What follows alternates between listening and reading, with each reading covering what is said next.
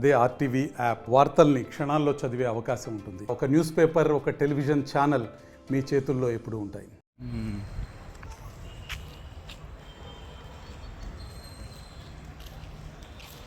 First news open కానీ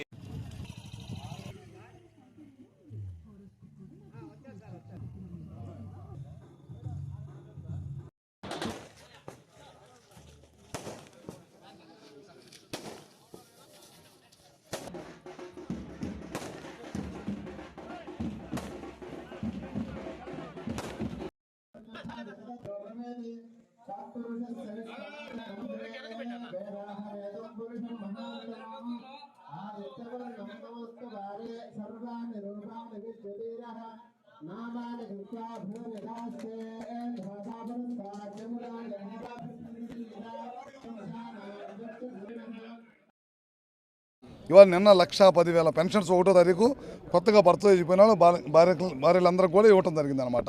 అదే కాకుండా తల్లికి వందనం ద్వారా దాదాపు 10,000 కోట్ల రూపాయలు పిల్లల అకౌంట్లు వేసాం. నిన్న రైతులకి ఒకే రోజు 98% దాదాపు 45,000 కోట్ల రూపాయలు రైతుల అకౌంట్లు వేసాం.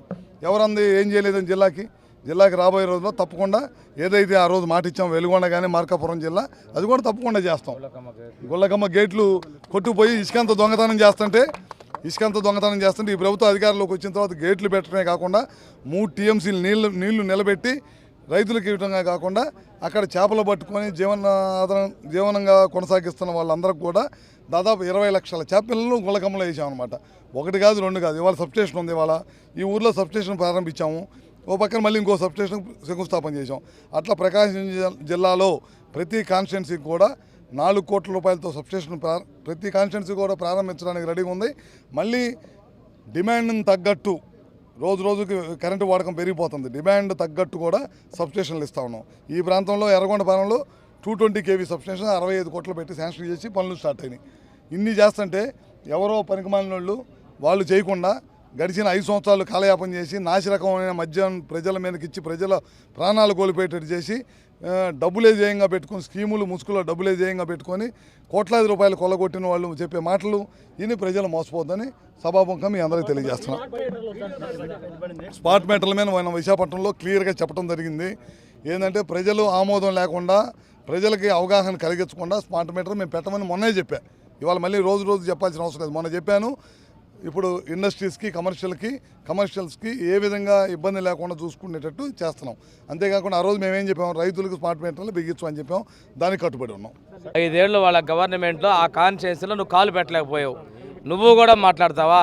ఈరోజు ఇసుక అత్యంత తక్కువగా ఎంతకైతే 1300 1500 ట్రాక్టర్ తీసుకుంటున్నారు. ఏర్లో పోయి ఫ్రీగా తెచ్చుకుంటున్నారు. మీరు కూడా ఇలాంటి బుర్రలు తెలితే ప్రజలు నమ్మే పరిస్థితుల్లో లేరు. అవినీతి గురించి మాట్లాడే అర్హత మీకు లేదు. ఈరోజు మధ్యంలో 3,500 కోట్ల కుంభకోణంలో వెనకొన్నటువంటి బిగ్ బాస్ల ద్వారా వీడియోలు చూశారు కదా, మీరు మీ ఛానల్స్ చూశారు కదా వీడియోల్ని. అదేవిధంగా నోట్ల కట్ల పట్టుకొచ్చారు కదా. ఇది ఒక శాంపిల్ మాత్రమే. తప్పు చేసిన వాళ్ళు ఎవరిని కూడా వదిలిపెట్టే పరిస్థితి లేదు.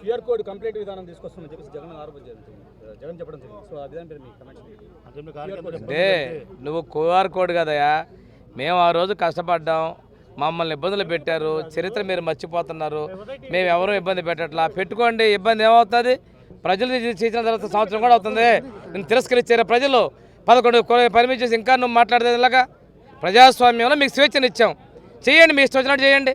దర్శిలో అన్నదాత సుఖీభవ పథకం ఓపెనింగ్ లో ఇది పంజాబ్ సినిమా సెట్టింగ్ పెట్టి చేశారని చెప్పేసి కరెక్టే కదా. సినిమా సెట్టింగ్ వేయడానికి పైన ఏమైనా వేసామయ్యా? పైన ఏమైనా షెడ్లు వేసామా? వెనకేమైనా కనిపించినాయా? రైతులతో మాట్లాడటం కోసం అక్కడ మంచాలు ఇచ్చి రైతులు వేసుకున్నారు. సెట్టింగ్ అంటే ఎట్లాగా? నిలువు టెండలో 2.5 గంటల పాటు 75 సంవత్సరాల వయసున్న మా ముఖ్యమంత్రి ఎండలో కూర్చుంటే పరదలో తిరిగిన మీరు మాట్లాడే అర్హత ఉందా? 5 సంవత్సరాలు మీ గవర్నమెంట్ ఉంటే నీకు ఓటేసే కార్యకర్తలు ఇబ్బంది పడుతూ ఉంటే నువ్వు నోరు మీద వ్యక్తి నువ్వు వచ్చి మాట్లాడతావా? ఈ రోజున నీకు అసెంబ్లీకి వెళ్ళమని ఇచ్చారు. ఒకనాడు అసెంబ్లీకి వచ్చావా?